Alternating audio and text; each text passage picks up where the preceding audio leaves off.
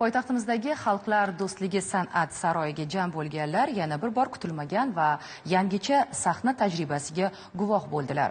Shohruxxon bu gal tomoshabinlarga nafaqat qo'shiqlari, balki o'ziga xos stand-up uslubidagi chiqishlarini namoyish etdi. Musiqa, hazil va hayotiy voqealar uyg'unlashgan bu konsert san'atkorning ichki dunyosini yanada yorqinroq ochib berdi. Uning sahnadagi erkin muloqoti oqshomga o'zgacha ruh bag'ishladi. Sahna chiroqlari yondi.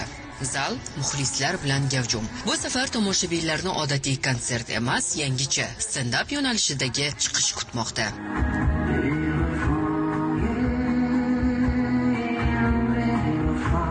Biz esa sahna ortidan jarayonlarni kuzatdik.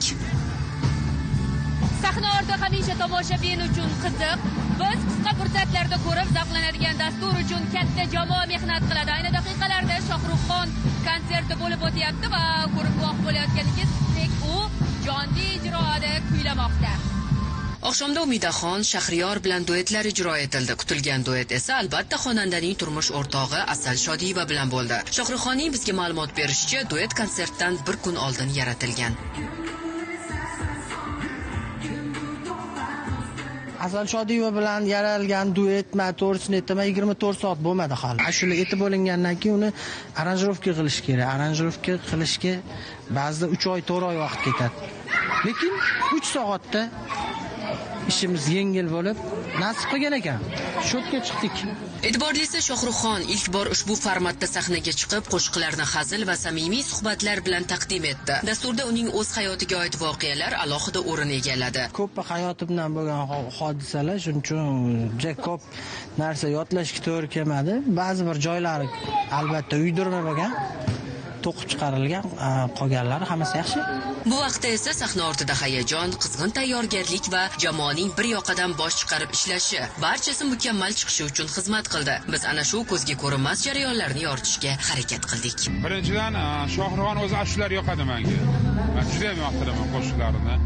Ijodni ham yaxshi qiladi. O'zi ham yaxshi bola, samimiy. Qaysi ashulasini yoqtirasiz?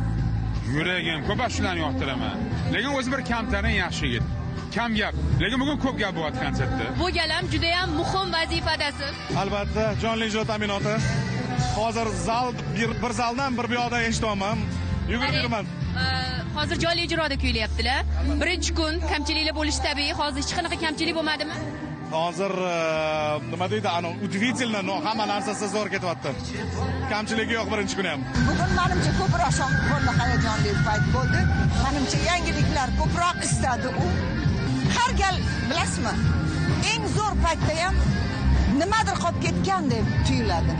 Bugun ham xuddi shunday. Shohruxxon ta'biri bilan aytganda, u 40 yoshida yana bir yangiliklarga boy musiqiy diydorni ashaddiy muxlislariga muvaffaqiyatli tarzda tuhfa eta oldi. Har bir san'atkor o'z hayotida ayni shunday lahzalarga erishish uchun mehnat qiladi. Bu albatta har bir ijodkorning orzusi.